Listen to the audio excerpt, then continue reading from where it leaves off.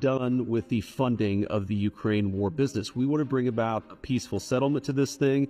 We want to stop the killing. But Americans, I think, are sick of continuing to send their money, their tax dollars to this particular conflict. But if the Europeans want to step up and actually buy the weapons from American producers, we're okay with that, but we're not going to fund it ourselves anymore. My friends, in a recent Fox News interview, Vance proclaimed that the United States is done funding the Ukraine war business, and if the Europeans care so much about this conflict, they should fund it themselves and buy American-made weapons. The American Vice President also took the opportunity to explain that a US-backed peace deal is unlikely to satisfy either Russia or Ukraine, and that is very important. So why don't we take this opportunity and listen to Vance talk about the US-backed peace deal? Together, shall we?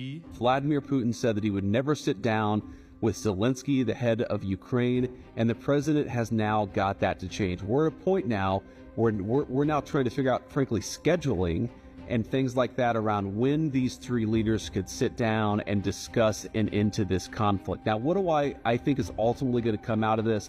Look, it's actually very simple. If you take where the current line of contact between Russia and Ukraine is, we're going to try to find some negotiated settlement that the Ukrainians and the Russians can live with, where they can live in relative peace, where the killing stops. It's not going to make anybody super happy. Both the Russians and the Ukrainians probably at the end of the day are going to be unhappy with it, but I don't think you can actually sit down and have this negotiation absent the leadership of Donald J. Trump. And the president said this to me today, privately said, look, maybe this works out, maybe it doesn't, but it's worth the effort, it's worth trying, and we're going to keep on using the diplomatic influence of the President of the United States to accomplish an end to this conflict. The president needs to force President Putin and President Zelensky really to sit down to figure out their differences.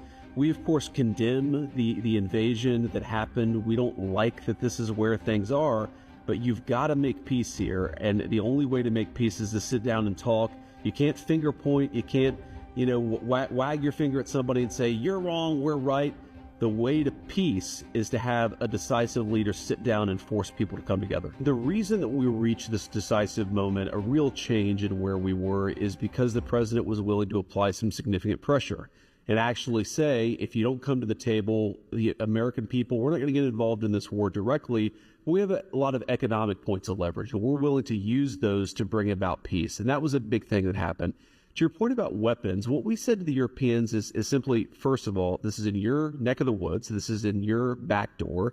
You guys have got to step up and take a bigger role in this thing. And if you care so much about this conflict, you should be willing to play a more direct and a more substantial way in funding this war yourself.